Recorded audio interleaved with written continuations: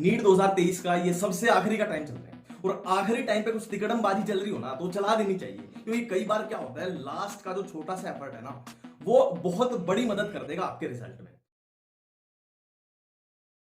तो इस वीडियो में हम बात करने वाले हैं डू और डाई चैप्टर्स की, कि ये चैप्टर तो भाई आपको करने ही करने हैं। और क्यों करने हैं, तो ये कोई मनगढ़ंत कहानी तो है नहीं, पिछले सालों से एनालिसिस निकल के आया है कि इन चैप्टर का इतना ज्यादा वेटेज है। अब ज्यादा ज्ञान मैं यहाँ पे पेलूंगा नहीं, सिंपल सा अपने सब्जेक्ट की बात करते हैं, ज्यादा टाइम वेस्ट नहीं करते, डायरेक्ट अपने सब्जेक्ट पे आते हैं। तो सबसे पहले बात करते हैं बायोलॉजी के बारे में। तो बायोलॉजी के मैं आपको ऐसे 14 चैप्टर्स 14 ऐसे चैप्टर बताने वाला हूं जिससे बायोलॉजी का आधे से ज्यादा पेपर आता है। फिर से वही बात है, ये बात मैं अपने घर से निकाल के तो बोल नहीं रहा, पिछले सालों के पेपर ये बात बोलते हैं, आप चेक कर सकते हो।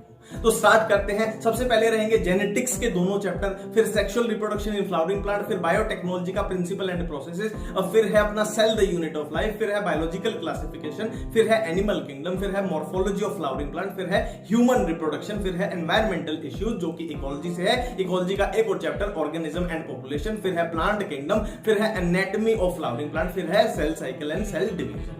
तो ये 14 ऐसे चैप्टर बन जाएंगे आपके जिनसे बायोलॉजी का आधे से भी ज्यादा पेपर आता है, 50% से भी ज्यादा। जेनेटिक्स को भाई बहुत अच्छे से कर लेना, क्योंकि जेनेटिक्स से 2 चैप्टर है अपने, वहां से 10 से ज्यादा क्वेश्चन भी 10 क्वेश्चन भी आपको मिल सकते हैं। तो अब बायोलॉजी के बाद मैं आपको केमिस्ट्री के कुछ ऐसे चैप्टर बताने वाला हूं जिससे आधे से ज्यादा केमिस्ट्री का पेपर आपको दिखाई देगा। तो कौन से चैप्टर हैं? केमिकल बॉन्डिंग है, फिर इक्विलिब्रियम है, फिर थर्मोडायनेमिक्स है, फिर इलेक्ट्रोकेमिस्ट्री है, फिर D and F block elements है, फिर कोऑर्डिनेशन कंपाउंड है, फिर पी ब्लॉक है, फिर एटॉमिक स्ट्रक्चर और फिर जीओसी। ऑर्गेनिक में यहाँ पे सिर्फ मैंने जीओसी लिखी है क्योंकि जीओसी नहीं आती तो ऑर्गेनिक पूरी खराब है। तो ये अगर आप चैप्टर देख लो तो यहां से आधे से ज्यादा अपना क्या है, अपना केमिस्ट्री का पेपर आपको पक्का मिलेगा ही मिलेगा।